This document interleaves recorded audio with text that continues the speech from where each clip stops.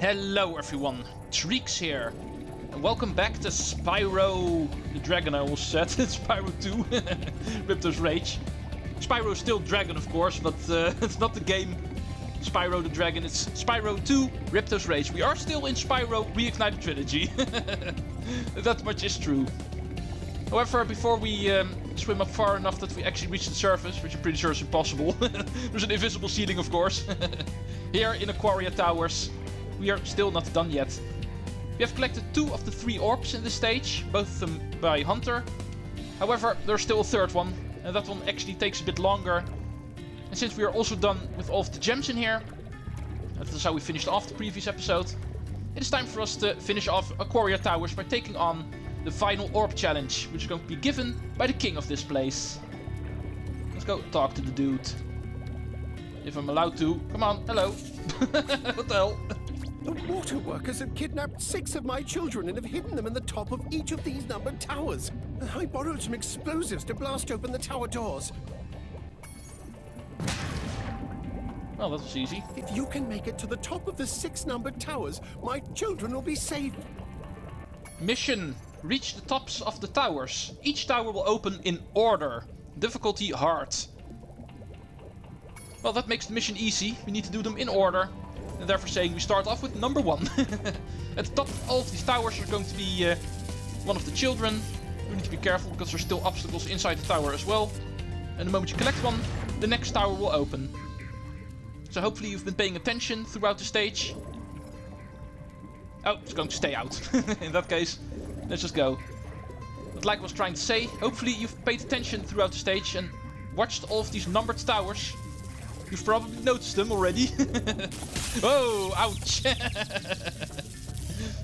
Perhaps I should start paying attention myself as well. Right, 3 and 4 are in the same room, I can already see. And I should also know which room that is. It's going to be in the interior. So we need to go back into the hole. Avoid Zoe if we can. Who's going to screw with my save file if actually one of my recordings fail. Unfortunately, that's not something I can actually remedy. Scrap running around here. Not going to be a problem. And that makes 3 out of 6. Tower number 4 was in the same room we saw, so that is not going to be a problem. Not even remotely. And I do want some enemy fodder if you don't mind, because I got hit. More electricity. Looks like this one is multi-layered. Not a problem. Here is tower number 5. However, where is here? I'm pretty sure that's the second room. Tower 5 should be in room number 2, or might also be the final room actually. This is where I start becoming unsure. It's not in this room anyway. Well, in that case let's just gamble and go for room number 2. Makes sense that it actually is over here. Let's go look for the number 5. Well, this open, so it should be it. Yeah, it looks like it is. Electricity, crabs. We're actually going to combine the obstacles now. And that makes 5. And the final one, that one has to be in the final room. Let's go take a look.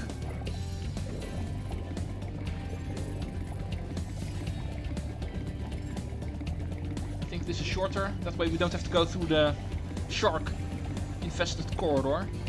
Not that it is shark-infested anymore, but it is still a long corridor we need to go through. So I think this way we are faster. Ooh, electricity is moving now. This does remind me of the face on mines in Metroid Prime, actually. You did it! Now we can swim in peace. I heard that you're collecting orbs. Please, take this one. Yeah, otherwise I wouldn't be actually bothering helping you, sir. Let's be honest. And that makes the final orb of Aquaria Towers. And not just that, it is actually completion of the entire stage. 100% level complete. We even have the achievement. And that is something that does not even count for 100%. Since that is not in every version of the game. However, we are going to leave. And take a look at the ending cutscene. Robo Shark. Robo Shark eats Seahorse. Seahorse makes joke. Robo Shark also makes joke. Yeah. Isn't that what they call you get what you deserve? Summer Forest. We are going to return. And this was the final regular stage of Summer Forest. And therefore we only have 2 more things to do. The boss level. Returning from the first Spyro game, there's once again a closing boss level in every single hub world. However, there's also a Speedway stage. Remember that one? The moment we unlocked it. We never went in there, didn't we? Deliberately saving that one for last. Excluding the boss stage itself, of course. And that one is directly going to take us to the second hub world, so therefore we kinda have to do that one last. However, Ocean Speedway is up next. Now is the perfect time to do it, since all of the regular stages are, yeah, we run out of them. We don't have any left here in Summer Forest. And therefore saying, it is time for us to return to Speedways. Remember what the deal is with these stages from the first game? Nice work, Oh, Spyro. Laura, I'm pretty sure I've already talked to you, so shut up. I was trying to do some explaining. Like I was trying to say, Ocean Speedway, comparable to the Speedway stages from the first game. In these stages we can actually fly indefinitely. And our task is to collect 8 of 4 different collectibles. Sometimes it is something you need to destroy. Other times it is a gate you need to pass through or a ring. Stuff like that. But there's going to be 4 in each Speedway. And we need to get 8 of each. In a certain time limit. And of course without falling. Let's go get used to this first one. There's rings. We've already seen in the first game as well. And as you can see, every time we get one, we also get some timer. Normally we have only 30 seconds for this. Getting a certain collectible will actually give us a few seconds. Sometimes 1, sometimes 2. But that will actually keep our timer going. And in order to do this correctly, we need to make sure we know where everything is, what the optimal route is. That is pretty much still the same. Also remember, you're always allowed to land. And if you do, you also have infinite supercharge. It's not just infinite flight. You also have an infinite supercharge. This first attempt of me is of course going to be an hilarious failure. I need to be honest in the fact that I'm not familiar with this stage. And therefore I need a couple of tries in order to learn the stage again and get the optimal routes down. But at least this first attempt can be used to explain things. You can already see what we're after. 8 boats. They're actually riding around in the water over here. 8 regular vehicles that actually run around on the track of the island. And there's also 8 gates and 8 rings to pass through. And similar to the first game, there's also a skill point attached to how fast you can actually do this. Usually these are very strict times that require you to do a pretty much perfect run. But that way you can also earn yourself a skill point. Let's go fail this first attempt. I do know a bit where everything is, but I think I need more attempts in order to get everything down. I will cut the episode here, do a couple more tries, and I will cut back the moment I have a successful run. When it comes to earning the skill point, and of course also completing the challenge. I want to go for the boats first. We're lucky to get 2 at the same time over here.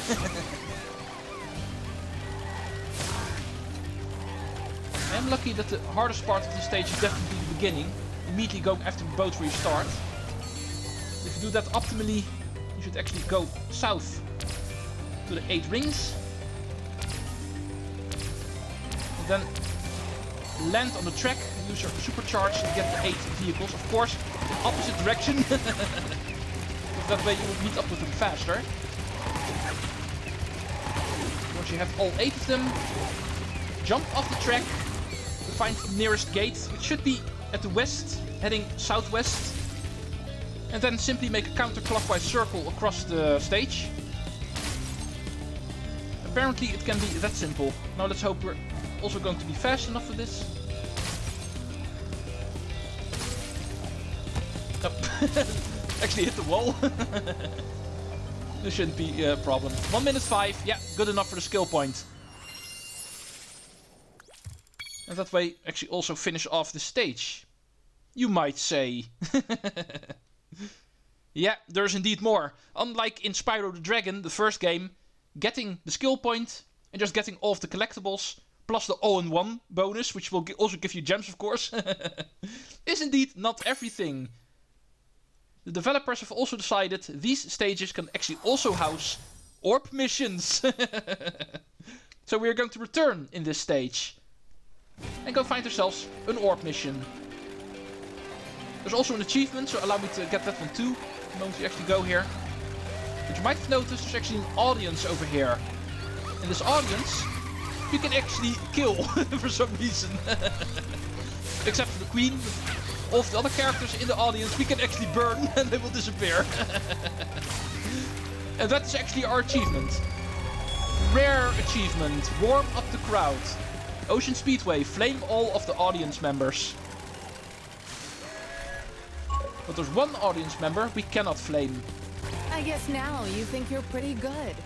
Well, let's see if you're as good as the current champion. Apparently we can race here. All right, Spyro. Meet the course champion. In order to win the race, you must fly through all the rings. But beware, if Hunter flies through a ring first, the ring will start to shrink. Mission. Follow Hunter through the rings. Difficulty hard. Hunter will actually fly through 20 rings. We need to make sure we are close enough behind him, so we also have the chance to go through these rings. Make sure to follow him. Technically you don't have to, you can actually get all of the rings in order, but the easiest way to do this race is to simply follow Hunter, because that way you always guarantee that the ring you're going to choose next will not have shrunk already, and therefore failing the mission. You don't actually have to beat him. It does sound like it is a race where you need to beat Hunter, and that is technically not necessary. Just getting all of the rings before they disappear is all we need to do. And directly following Hunter is the best way to actually do it. You can make it really difficult for yourself, but you don't have to. Just stay close enough behind him, and rings will not shrink. Or they will shrink, but they won't get a chance to actually really shrink, if you know what I mean. You know what I mean. Oh, I keep on hitting that arch. Even in my successful run just now, even then I hit the arch over there. But anyway, almost done. 15 out of 20. This one making 16. Only 3 more to go. There's 18. Be careful not to fall in the water, of course. That still counts as a failure. Unlike in the regular stages in this game, you're still not allowed to swim in Speedway stages. Great job, Spyro. That was some excellent flying. Indeed. And like I said, and this is indeed for an orb. And we get thrown out apparently. That will reinitiate the stage, really? Yeah, reigniting stage. Not necessary, game. We are 100% level complete. And therefore we are going to leave. We have all of the gems automatically received by doing the mission. The orb mission is done. And even got the skill point and the achievement. Fun little new addition to Speedway stages. And if I remember correctly, the second hub world is actually going to have 2 of them instead of just 1. So it's going to be extra interesting. We are going to return to Summer Forest with 2005 gems. Which I'm pretty sure is not max. I did miss a couple, I see. I should have more. But no matter. All of the stages where we don't have all of them yet, we're going to return to anyway. I'll also take a look at what I've missed then. In the meantime, before returning to the earlier stages, we first need a new move. And in order to get that new move, we need to go to Hub World 2. It is time for us to move out of Summer Forest, finally. Let's go to the boss stage. Laura will actually talk about how this works. Well done, Spyro. Now that you have 6 talismans, this door will open. 6 talismans is required in order to open the door to the first boss level. Not a problem. Before you get to the castle dungeon, Spyro, I thought that you might want to know how Ripto and his monsters arrived in Avalar. You see, last week in the winter tundra, the professor was working on some new super portal technology. There, that's the last orb in place. Now let's see. All we need are some coordinates. Yeah? How about 22475? That's my birthday. No, Hunter, don't! What?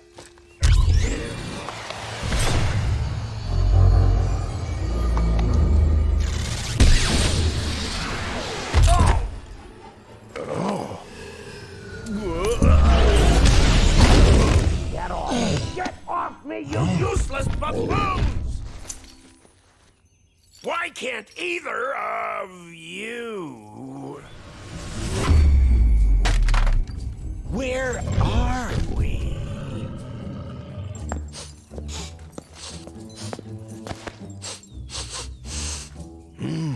No dragons? Wonderful.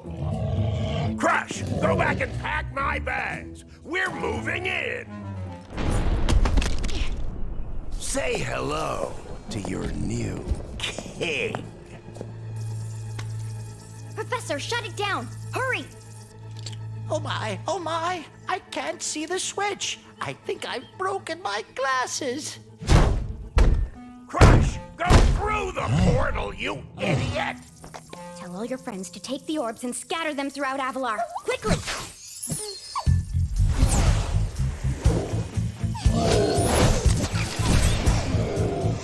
Now! Go! Crush, get the orbs now! Now, you despicable little creature! I'll kill you! This is bad news for Avalar. Hunter, why didn't you chase him? Yeah. I would have gone after him, but didn't he say something about not liking dragons? Professor, could we catch a dragon to help us? Yes, I think so. We'll need a world that has an alignment much better suited to intercepting one of these creatures. How about Glimmer? So, that is how everything got started here, apparently. Hunter, it's your fault that Ripto is here. And we also know more about how orbs actually work. Apparently, those are for the portals. And that is also interesting. But before moving on, it is time to take on the first crony of Ripto. It is crush time. Alright, how does this guy work? He will actually have an aura around him, you might say. Whenever it's blue, he will send shockwaves across the floor. In the moment you get the chance, try to hit him. He will get angry and crush the ceiling. And that will actually damage him.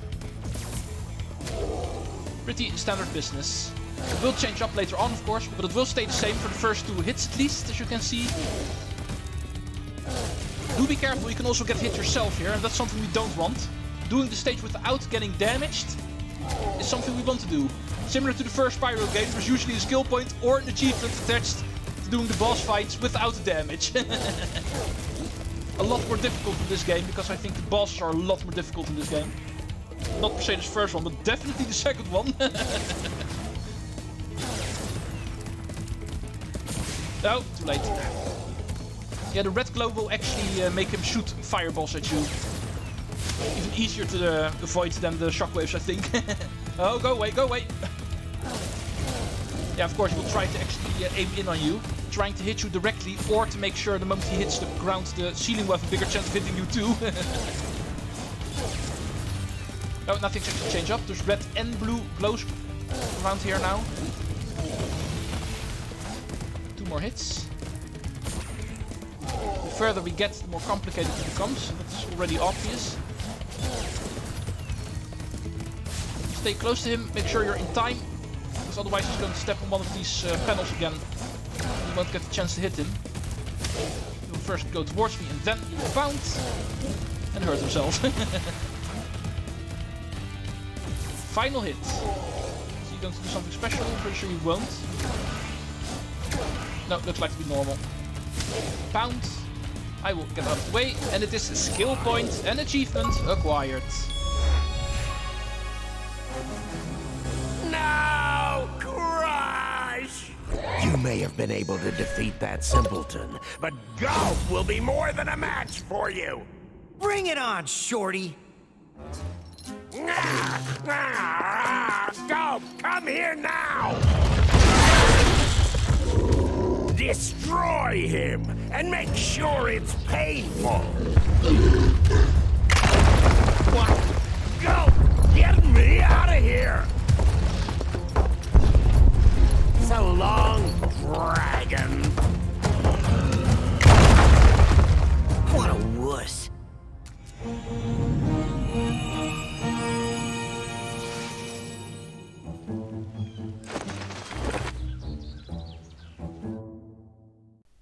And that way we finish off the first homeworld. At least until we learn the move that we need in order to finish off the rest of the worlds. We need to go back to Sunny Beach and Glimmer. But for now, it's time to move on to Hub World 2. Even though we're not going to stay in there for very long, because I can already give away. The move we need, we're going to learn pretty quickly. And of course, I'm immediately going to return to Hub World 1. Before really getting started in 2. However, that is going to be for next time. Looking at my time, even including my cutting of the Ocean Speedway stage, we are over 20 minutes. That Ripto has caused enough damage. All his meddling has cost me a fortune. If it wasn't for Spyro, I'd be bankrupt. Oh, if Ripto were here, I'd give him a piece of my mind. In fact, I'd give him a lot more than that. I was a champion bantamweight boxer at university, and I still know a few moves. Take that! And that! No! Why, you...